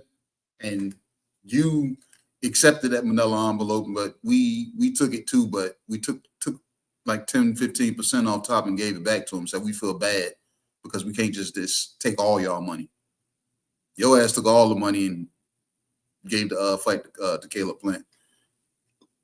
I didn't see the fight from the beginning, but from the point where I saw it, I said, bro, Caleb looked like he losing this fight. And I saw spots where he was able to get off, but the deeper the fight got, more Resendiz was still coming. So Big Joe might have hit it on the head and said, man, bro, he might need to get tested because, or was that odd fella? One of y'all said, I can't remember which one y'all said, but yeah, but this motherfucker, Joe. Yeah, Joe said it, yeah. That can come up in question too. But if he come back clean, what does that say about Caleb Plant? See what I'm saying? So me saying he ain't invited to the cookout, man, this ain't, I like Caleb Plant. So for you to say I don't fight, man, fuck you for that, man. I like Caleb Plant. It's just Caleb Plant ain't the same Caleb Plant now. You know what I'm saying? That nigga ain't the same. Canelo Canelo beat them, the dressing up out of him, and Benavidez beat the rest out of him. So he still talked like Caleb.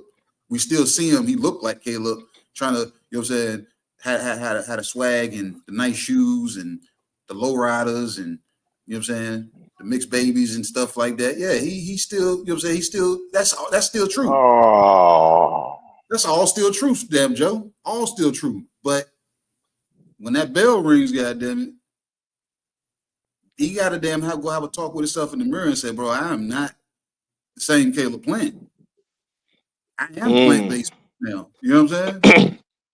He didn't want to accept that at first. He said, bro, he probably heard you plant-based food. The fuck? He said, I'd slap the fuck out of that nigga if I ever cross paths. And he probably would have. He probably would have got close enough to you and slapped you, damn hard.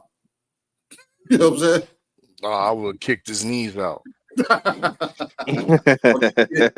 kick people up there in Hamilton, huh? Then take it to the ground. Yeah, niggas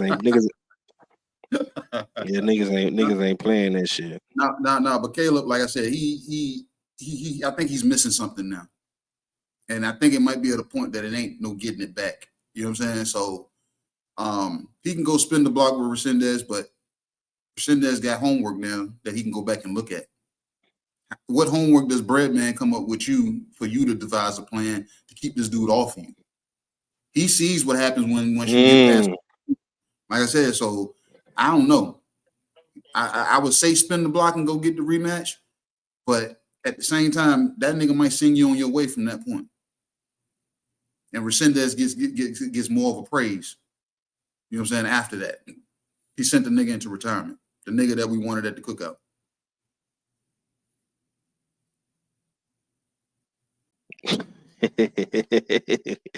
That's nasty work, bro. Disgusting. All fella, man, take us man. Take us home on this, man. I'm gonna need some lights out fucking with KG, man. Cause this guy here. Talk to me about this Resendiz and plant fight, bro. What you got? This gonna be my last take before I have to pull out. You know what I mean, unfortunately. But yeah, this was once another reoccurring theme. We saw a great jab from Resendiz, which was surprising because once again, Plant's supposed to be the master boxer, and the man got thoroughly out jabbed by Resendiz. So salute to Resendiz for showing the skill.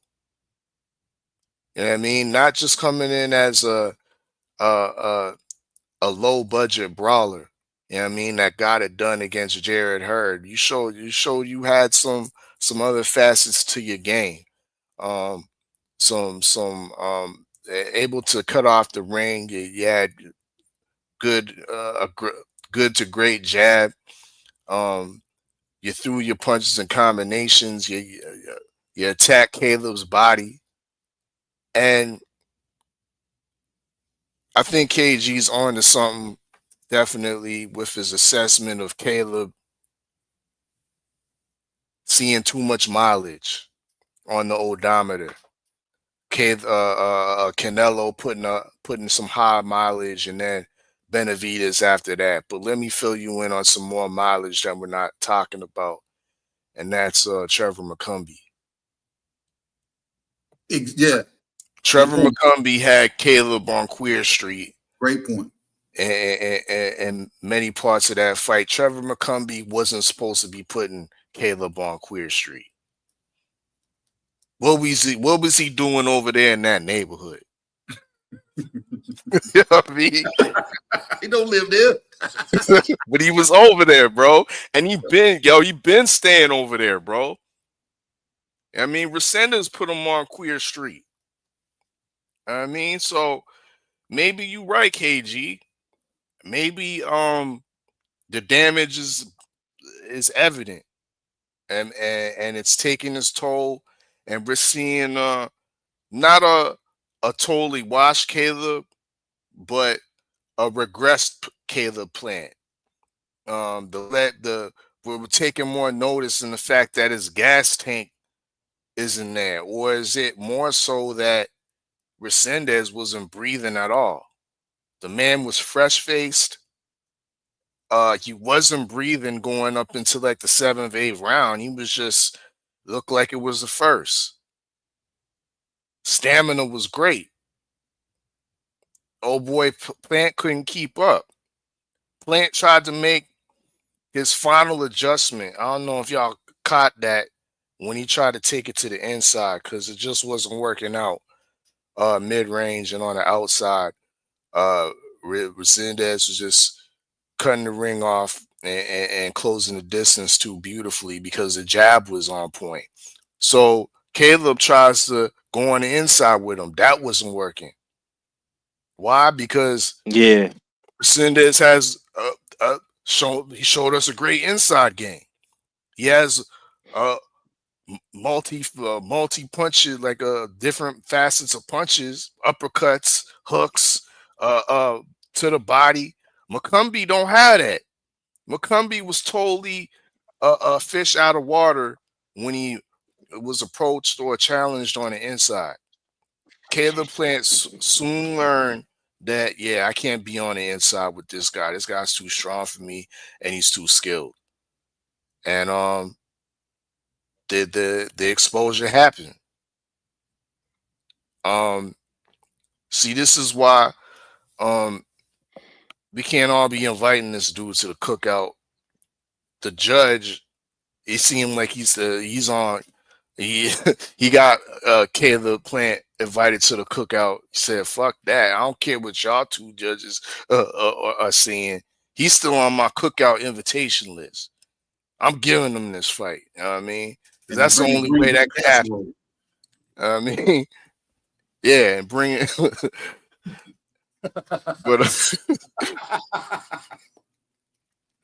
But yeah, that's how I go with that. I mean, I don't know how we sitting here thinking that Plant's still in the situation of power or the position of power.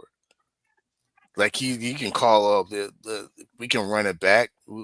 Doesn't Resendiz get some say so if you want to run it back or not? You know what I mean? This nigga's acting like, yo, we can take Charlo right now. We can do that. No, nigga. Hey. You sit there and shut Tales from the B side. You sit there and shut the fuck up, and we'll call you when we need you, Caleb. I mean, Tales from the B side, man. You're out here getting broke off. I mean, and putting neighborhoods you shouldn't be in by Trevor McCumbee, and then Resendiz got nah, man. You can't be out here calling the shots when you was on Queer Street twice. Okay, so where do Caleb Plant get to go? He can't go to the Vatos barrios. He can't go to the suburbs with Trevor, and he can't come to the cookout and the barbecue with us, man. There's nowhere for Caleb Plant to go, man. That's crazy. He got family shit. Go home.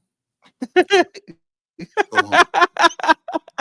You say go home. Go home. Well, y'all nasty work, man. It's nasty work in here, man. man, look, man. Oh, listen, dog. On that note, bro. Caleb Plant gonna be a Hell's Angel. He gonna be a Hell's Angel now, messing with y'all. That's what he gonna be. He gonna be a Hell's Angel. He gonna start riding bikes. Ain't got time for y'all Negroes no more. Y'all appreciate it. He be a Hell's Angel now. You see him with that black trucker hat? He's just ready to get patched up. It's nasty work from y'all niggas, man. Look, man, I'm gonna say this, man. Before we get up out of here, you know what I'm saying? I'm gonna save my man Red some cooking on the Beltway Wednesday. You know what I'm saying? Look, man, Caleb Plant, you fucked up, bro. Simple and plain, you fucked up. But make no mistakes about it. You can't. You really in a rocky situation, man. It's a slippery slope. Not gonna lie to you, man, cause you've been getting your pack bust for a long time.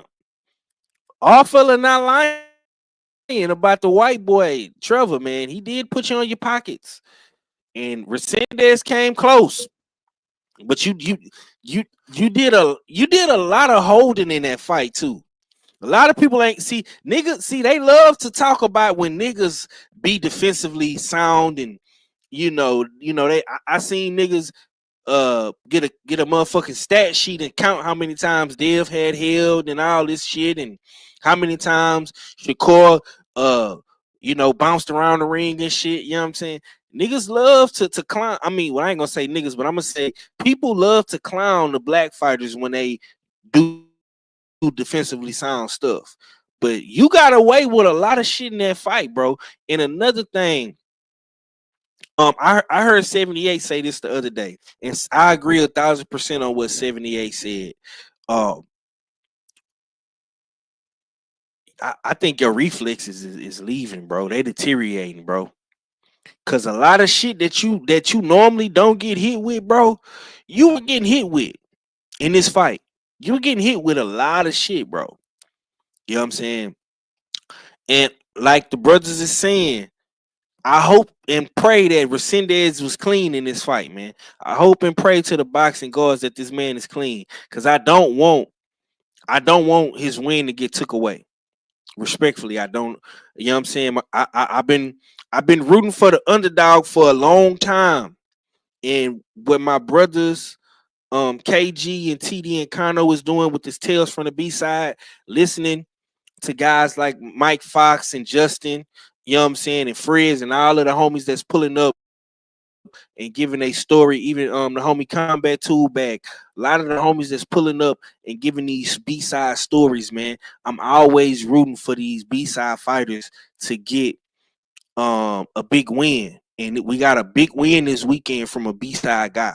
So I really want that win to stick to your resume and put you in better opportunities and better situations to get bigger opportunities. You know what I'm saying? So salute to y'all. Salute to my brothers who pulled up on me, man, tonight, man.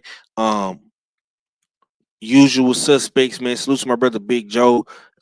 He been holding us down. He been pulling up on us, man. I really appreciate that, Joe. For real, man. I know you're big. My goddamn spot, man. He trying to take my damn spot, man. I see what Joe trying to do. Look at him, trying to hit him with the one-liners and shit. You ain't slick. You want my spot, KJ? Huh? Hey, KG, KG, I was invited to the cookout. I'm bringing a plate, brother. What you want me to do, bro? I was invited.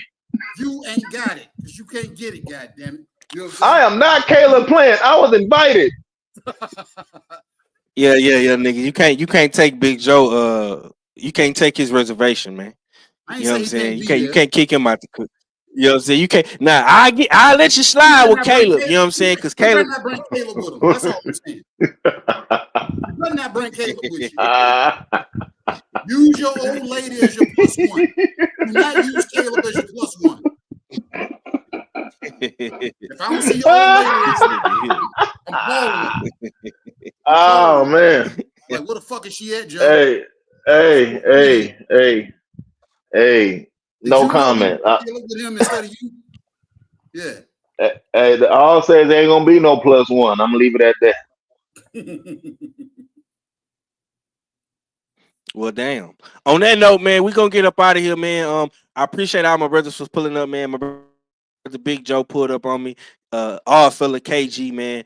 Once again, man, salute to my brother Cadillac Red, my brother Act Reacher, Stay Ready Mac, man, the whole squad, the whole gang, man. Shouts out to the US6 fight pool, 50-50 draw, man. Find the boxing, man. Y'all go get y'all tickets. You know what I'm saying? Go to the website, man. usualsuspect6.com, because you fit the description. Be sure to shop Usual Suspect 6, man. We got everything you need over there, man. And on that note, man, we is gone. Be sure to tap in Wednesday, bullshitting on the Beltway. Friday, bullshitting on the Beltway, man. My brother Cadillac Red should be back in full effect Wednesday and Friday. We got some good fights coming up, man. You know what I'm saying? I'm not going to steal none of my brother's thunder. You know what I'm saying? We got some big shit coming y'all way this weekend. Hey, just tell him. I'm going to be there. Oh, okay. Oh, yeah. I didn't want to say nothing, man. You can spill it. I'm gonna be there. I'm in the house. I'm in the building. Boots will be on the ground. You know yes, sir, man. My brother KG. What you said about Hennessy? Nah, what? My brother KG. Yeah, and we ain't talking about Ennis. Ennis. Yeah, he said Ennis. Yeah. My brother KG will be boots on the ground, man.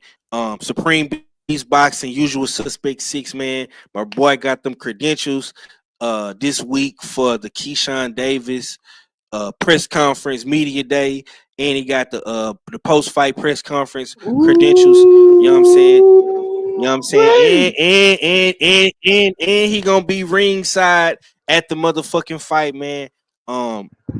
Road to success, man. We won't settle for less, man.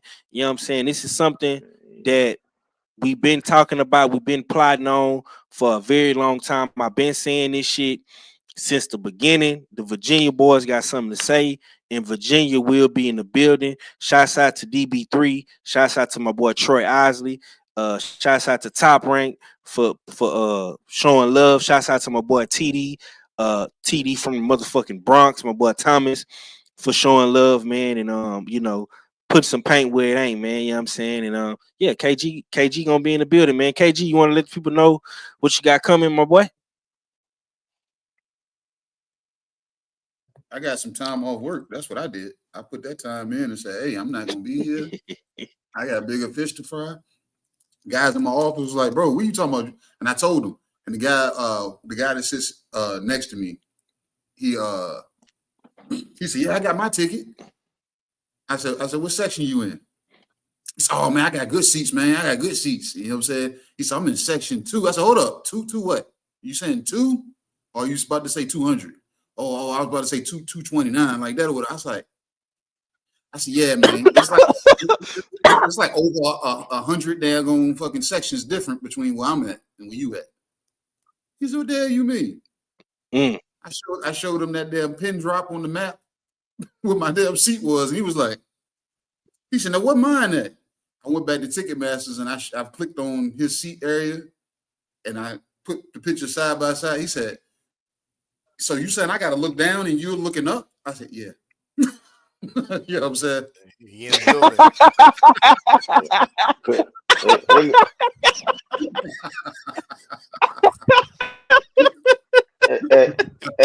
Hey, 503 KG trying to be like me. Look at my icon. You trying to be like me, cuz look at that. Be on the flow and shit. I know. I know. I'm glad Joe ain't brought his ass over here. So I'm glad Joe ain't brought his ass trying to be like, cuz I got you. No problem. I got you. Look. Yeah, Big Joe. He trying to hit you, trying to be on that town business. Fuck that, babe. Town business to try to one up me, goddamn it. I'd be like, Joe be like, oh man, KG, that's a nice seat right there. And I'm like, Joe, what you doing down there? Oh, I'm about to get snot and blood on me. I'm about to be with snot and blood to get on me at. You know what I'm saying? I'm used to being that. That's what Joe used to be in at. I'm talking about on the other side of the guardrail. Bro. That's what Joe, you know what I'm saying? So I can't compete with this damn LDBC town business. Man, listen, man. I thought I was doing something when I went to that Earl Spence fight. I'm looking, I say, well, damn, I'm on the floor, you know what I'm saying?